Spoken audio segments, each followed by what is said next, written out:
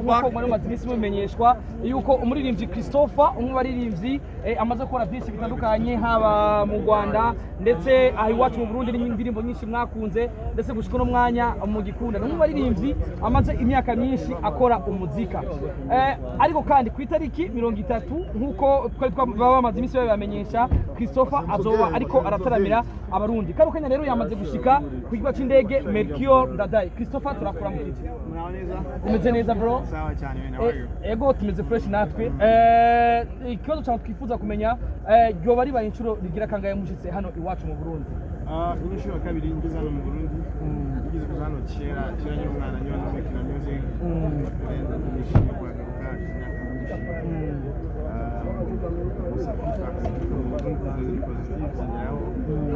Nashaka mishi turupanga ku twaza hano bikagorana ariko byakuye ego uyu munsi abarundi bakurindiranye igishika uheruka ngaho ukiri muto ndetse utaranagwiza n'ibikorwa uyu munsi ni Christopher aja afise full package abarundi bitega iki kuri Christopher concert y'amateka rukuntu nari maze iminsi ndi muri tour Europe USA hano hano twagikwaza itangazo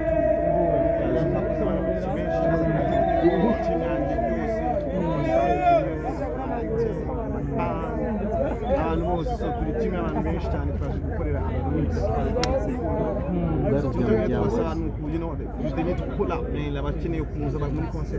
yes tukiraho nyene ugiye guhurira kuri stage imwe na Big FIZZO umwe ari dufise bakomeye kandi bakuze muri no muziki haba muziki nyarwanda no muziki uburundi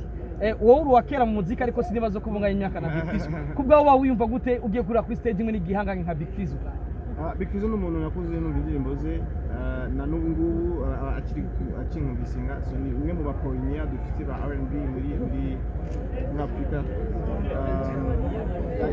Big FIZZO gize kuza mu concert yanjye kuri Paris ndishima cyane ndamushaka naramusuhuze ntibamwe ngo yagiye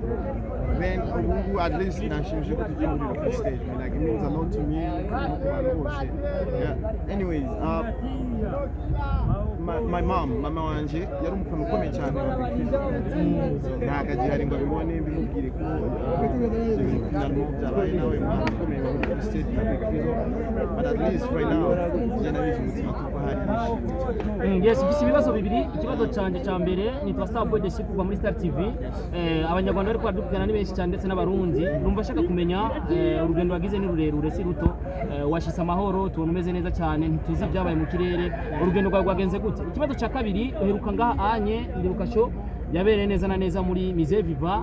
hari abantu benshi ndetse baranakunze ibikorwa byawe uno munsi witeguye gute na cyane ko kuva kiri yagiye gushika uno munsi maze gukora ibikorwa byinshi bitandukanye na cyane wa Murundi ari mu nzu wa munyarwanda ari mu Rwanda yumve yuko niyaza muri show ya Christopher azoba ari ibintu neza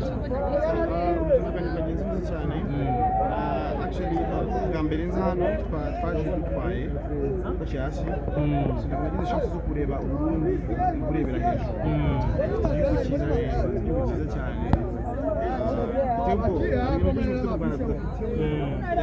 usubije ngo bagenda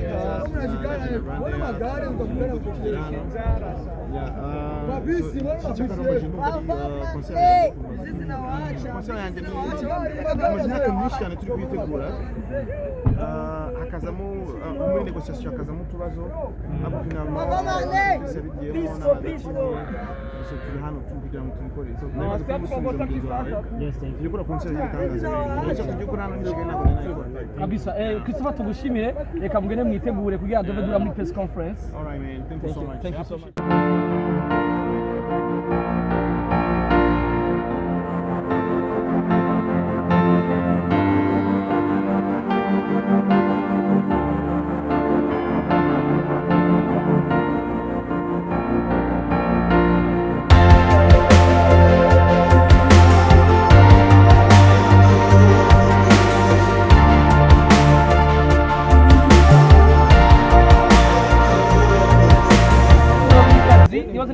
yuko muri mazimisi mumenyeshwa yuko umuririmbyi Christopher umwe baririmbyi amaze gukora byinshi bitandukanye haba mu Rwanda ndetse aho iwacu mu Burundi n'indirimbo nyinshi mwakunze ndetse gushika no mwanya mu gikunda umwe baririmbyi amaze imyaka myinshi akora umuzika ariko kandi ku itariki 30 nkuko twari baba mazimisi babamenyesha Christopher azoba ariko arataramira abarundi karo kanya rero yamaze gushika ku kigo cy'indege Mercure Ndadaye Christopher turakura mu kiti umeze neza bro sawa cyane ego tumeze fresh natwe ikibazo cyane twifuza kumenya ryo bari ba inshuro rigira kangaye mushitse hano iwacu mu Burundi inshuro ya kabiri ngeze hano mu Burundi ngize kuza hano kera nyine umwana nyine no mekina music nishimiye kugaruka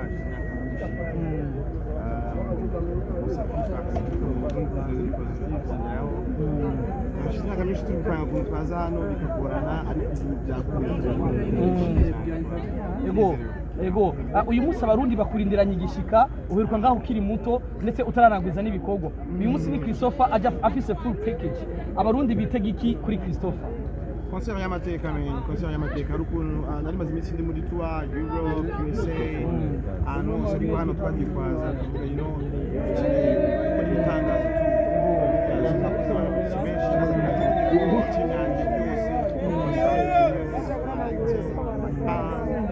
ahantu hose so turi kimwe abantu benshi cyane twaje gukorera abarundi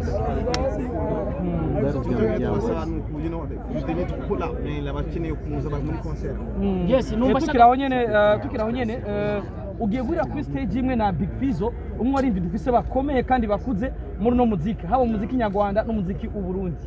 wowe uri wakera mu muziki ariko sinibazo kubunganya imyaka na Big FIZZO kubwa wowe wiyumva gute ugiye gurira kuri stage imwe n'igihanga nka Big FIZZO Big FIZZO n'umuntu nakuze numva indirimbo ze na n'ubu ngubu akinkumvisinga so ni umwe mu bakonya dufite ba R&B muri Afrika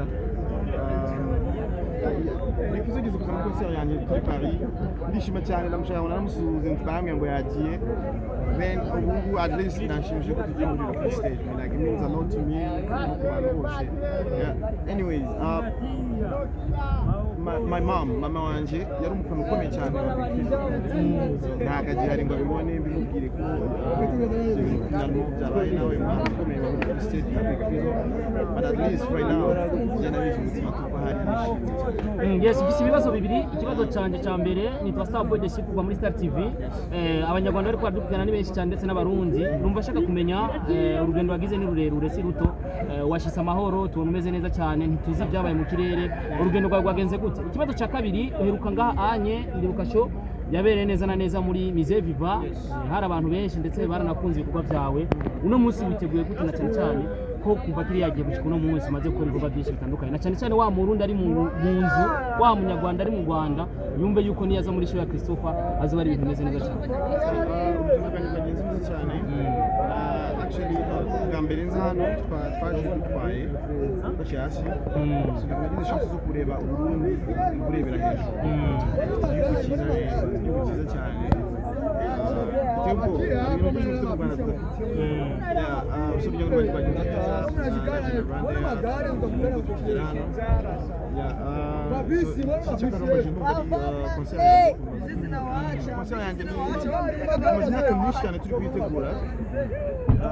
hakazamo muri negociation hakazamo utubazo abo finalement turi hano kugira ngo tubikore